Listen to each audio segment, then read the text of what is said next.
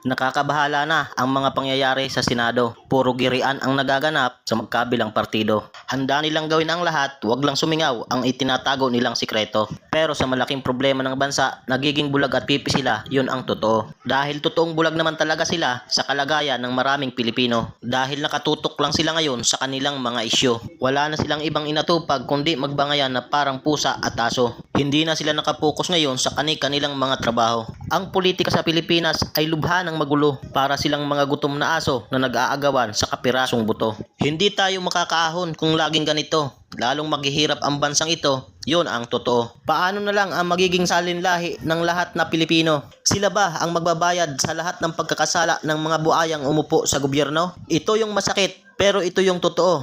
Yumaman na lang at natapos sa kanilang termino, wala man lang naitulong sa mga Pilipino. Pero bago umalis sa kanyang posisyon sa gobyerno, paldo-paldo.